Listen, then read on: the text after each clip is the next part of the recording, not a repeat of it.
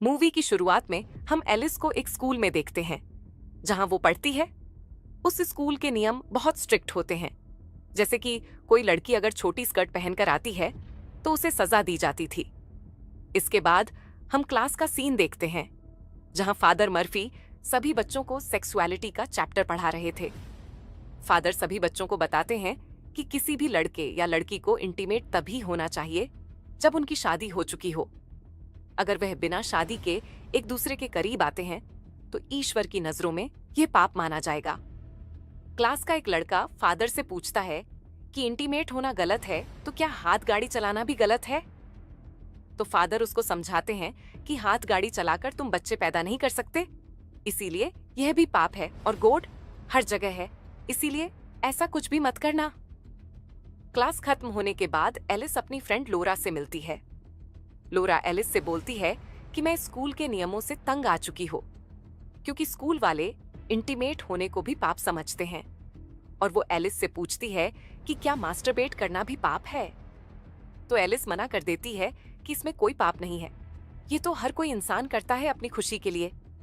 इसके बाद एलिस अपने घर आ जाती है, जहां घर पर वो अकेली थी, इसीलिए एलिस अपने कंप्यूटर पर बैठकर किसी से चैट करने लगती है। वो चैट कर ही रही थी कि तभी एलिस को किसी अनजान आदमी का मैसेज आता है, जिसमें उसने गपागप करते हुए का फोटो भेजा था। फोटो देखकर पहले तो एलिस को शर्म आ गई थी, लेकिन एलिस को वापस से उस फोटो को देखने की जिज्ञासा होती है, इसलिए वो उसे देखने लगती है। तो वो आदमी मैसेज करके एलिस से उसकी एज और लोकेशन के बारे में पूछता है, तो एलिस भी उसे अपना बायोडाटा दे देती है। फिर वो आदमी एलिस से उसकी फोटो मांगता है, तो एलिस भी समझदारी के साथ उसकी बेस्ट फ्रेंड की फोटो सेंड कर देती है। उसका फोटो देख वो आदमी कहता है, ओ वाह, तुम कितनी खूबसूरत होती। ये सुनकर दोनों के बीच में पलंग तोड़ वाली बातें होने लगती हैं। इससे अब एलिस धीरे धीरे गर्म होने लगती है, जिससे एलिस अपनी स्कर्ट में हाथ डालती है और मजे करने लगती है। लेकिन तभी उसे लगता है कि उसके मोम डैड आ चुके हैं, इसीलिए एलिस जल्दी से अपने कंप्यूटर को बंद कर देती है। अगले दिन हम एलिस को लोरा के साथ स्कूल में देखते हैं, जहां वो अपनी फ्रेंड से बातें कर रही थी। तो उनके पास कलवे की लुगाई बेथ आती है, जो एलिस से कहती है कि वह एलिस आजकल तुम बहुत कान कर रही हो। लेकिन एलिस को उसकी बात समझ नहीं आती। लोरा बेथ से अपनी पार्टी में ना आने की वजह पूछती है, तो बेथ बताती है कि मैं स्कूल की तरफ से एक टिफ पर गई थी और वहां जाने के बाद मेरी जिंदगी बदल गई है। लेकिन लोरा और एलिस को उसकी बातें समझ नहीं आती। बेथ के वहां से जाने के बाद एलिस अजीब तरीके से चॉकलेट खाने लगती है। एलिस को ऐसे चॉकलेट खाता देख उसके साथ वाले लड़के हंसने लगते हैं। इससे एलिस वहां से चली जाती है। स्कूल की एक टीचर एलिस के पास आकर उससे बोलती है कि तुम अपनी बॉडी के साथ ऐसी गंदी हरकतें नहीं कर सकती, क्योंकि ये गॉड की देन है। ये सुनकर एलिस समझ जाती है कि पूरे स्कूल में यह बात फैल गई कि वो खुद के खेत को गीला करती है। इसीलिए एलिस अपने गुनाहों की माफी मांगने के लिए फादर मर्फी के पास जाती है और उन्हें अपनी आग बुझाने वाली बात बताती है। तो फादर एलिस को समझाते हैं कि शादी से पहले ये सब करना गलत है और तुमने गलती की है तो तुम्हें चर्च में जाकर प्रे करनी होगी। तो एलिस भी ऐसा ही करती है और चर्च जाकर वो अपनी गलती की माफी मांगती है और सोचने लगती है कि उसका दिमाग फालतू कामों पर जाने लग गया है। इसीलिए वो स्कूल ट्रिप पर जाकर अपने दिमाग को शांत करके गॉड के बारे में और जानेगी। एलिस ऐसा ही करती है। वो स्कूल ट्रिप पर जाती है। लोरा भी ट्रिप पर जा रही थी, लेकिन वो गॉड के बारे में जानने के लिए नहीं, बल्कि उसी के स्कूल के एक लड़के को पटाने के लिए। थोड़ी देर बाद वो सभी उसी जगह पहुंच जाते हैं जहां उनका कैंप था। कैंप से कुछ बच्चे बाहर आते हैं जो कि इनके ग्रुप के लीडर थे। उनमें से हम एक लड़के को देखते हैं जिसका नाम क्रिश था। क्रिश को देखते ही एलिस की गुफा में हलचल मचने लगती है। तभी वहां की इंचार्ज नैना वहां आती है, जो सभी को अंदर लेकर जाती है। नैना एलिस से उसका फोन मांगती है, क्योंकि ट्रिप पर फोन अलाउड नहीं था, ताकि सभी बच्चों का ध्यान ट्रिप पर लग सके। पर एलिस नैना को अपना फोन नहीं देती और झूठ बोल देती है कि उसके पास फोन नहीं है। जिसके बाद सभी बच्चों को एक साथ हॉल में बिठाया जाता है, जहां फादर सभी बच्चों का अलग अलग ग्रुप बना देते हैं। एलिस क्रिश के ग्रुप में थी इसीलिए एलिस के मन में लड्डू फूटने लगते हैं। फिर फादर मर्फी सभी बच्चों से कहते हैं कि तुम यहाँ आए हो, ये ईश्वर ने पहले से प्लान कर रखा है और तुम 4 दिनों तक यहाँ रहकर अपनी जिंदगी के बारे में सीखो गा, जो कि ईश्वर चाहते हैं। जिसके बाद फादर सभी बच्चों को एक पेपर देते हैं जिस पर फीलिंग के बारे में मेन लिखा था। फादर कहते हैं कि तुम सभी को इस पर टिक करके बताना है जो तुमने यहाँ आने से पहले महसूस किया हो। तो सभी बच्चे अपने अपने मूड को टिक कर देते हैं, लेकिन एलिस टर्न ऑन पर टिक कर देती है क्योंकि कुछ दिनों पहले ही वो किसी के साथ इंटीमेट होना चाहती थी। लेकिन एलिस इस बात से घबरा जाती है कि इस बात का सबको पता चल गया तो उसका मजाक बनाया जाएगा, इसलिए वो उस टिक को हटाने की ट्राई करती है। पर इससे पहले ही उनके पेपर सबमिट करवा लिए जाते हैं।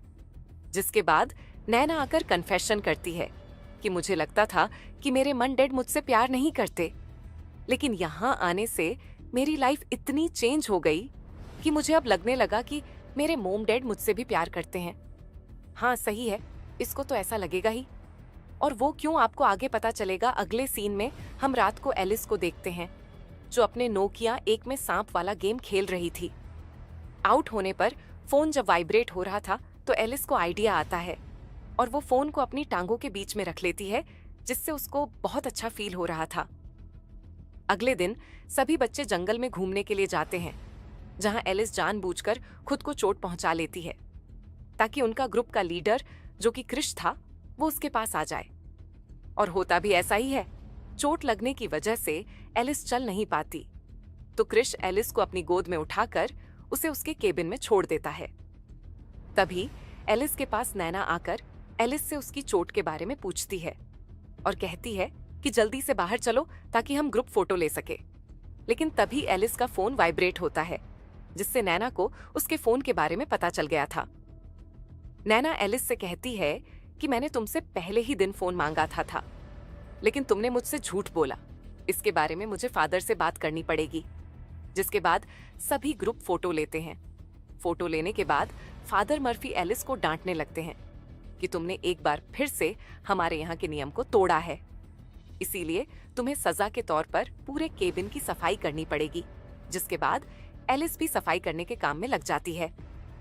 सफाई करते हुए एलिस की नजर फादर मर्फी के रूम के अंदर रखे कंप्यूटर पर जाती है और वो खुद पर कंट्रोल नहीं कर पाती। इसीलिए एलिस जल्दी से फादर के कंप्यूटर पर जाकर वापस से एक लड़के से चैट स्टार्ट कर देती है। एलिस उस लड़के से इंटीमेट होने के बारे में पूछती है, लेकिन एलिस को ऐसा लगता है जैसे कोई आ रहा है, इसीलिए वो जल्दी से कंप्यूटर को बंद करके वहां से निकल जाती है।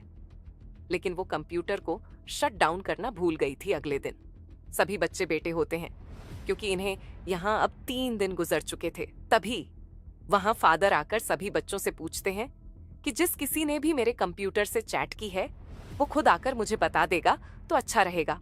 लेकिन कोई भी बच्चा इस बात को एक्सेप्ट नहीं करता। तो फादर मर्फी एक एक करके सभी बच्चों का इंटरव्यू लेने लगते हैं ताकि उन्हें पता चल सके कि उनके कंप्यूटर का इस्तेमाल किसने किया है। एलिस जब इंटरव्यू देने आती है तो फादर मर्फी उससे बोलते हैं कि पूरे स्कूल में तुम फेमस हो क्योंकि स्कूल में चारों तरफ तुम्हारी ही चर्चाएं हैं। तो एलिस बोलती है कि मैं एक सीधी लड़की हूं और जो भी बातें आपने मेरे बारे में सुनी है वो सब अफवाह हैं। इसके बाद एलिस किचन में सफाई का काम कर रही होती है। तभी वहां उसकी क्लास का लड़का आकर कचरा नीचे गिरा देता है, जिससे एलिस उसके ऊपर गुस्सा होकर बोलती है कि तुम्हारी वजह से मैं पूरे स्कूल में फेमस हो रखी हूं। तो वो लड़का भी बोल देता है कि तुम भी कुछ कम नहीं हो, तुम्हारी वजह से ही मेरा ब्रेकअप हुआ है। तभी फादर वहां आकर उस लड़के को वहां से लेकर चले जाते हैं। एलिस अपनी सफाई कर ही रही होती है। तभी एलिस की नजर खिड़की से बाहर जाती है जहां नैना और स्कूल का एक लड़का रोमांस कर रहे होते हैं। ये देख एलिस भी एक्टिव हो जाती है और झाड़ू की हेल्प से खुद को खुश करने लगती है। सब हो जाने के बाद एलिस लोरा के पास जाकर नैना के कांड उसे बताती है, लेकिन लोरा को एलिस की बातों पर यकीन नहीं होता और वो एलिस से बोलती है कि तुम्हारे दिमाग में हर टाइम रोमांस चलता रहता है, इसीलिए तुम्हें हर कोई तुम्हारे जैसा ही लगता है और तुम बहुत गंदी लड़की हो, इसीलिए आज के बाद तुम मुझसे कभी बात मत करना। इससे एलिस को बहुत बुरा लगता है। अगले दिन एलिस जब सफाई कर रही होती है तो उसे उसी लड़के का ब्रेसलेट मिलता है जिसने उसकी अफवाह स्कूल में उड़ाई थी। उस ब्रेसलेट को लेकर एलिस फादर के कंप्यूटर के पास रख देती है। तभी उसे किसी के आने की आहट सुनाई देती है, जिसे सुनकर एलिस छुप गई थी। तो फादर मर्फी वहां आकर अपने कंप्यूटर में कुछ वीडियो चलाकर हाथ गाड़ी चलाने लगते हैं, जिसे देखकर एलिस चौंक जाती है और बाहर आकर सोचने लगती है कि ये खुद तो मजे कर रहा है और दुनिया को ज्ञान बांट रहा है। बाहर एलिस को क्रिश मिलता है, जिसे देखकर एलिस की आग बढ़ चुकी थी।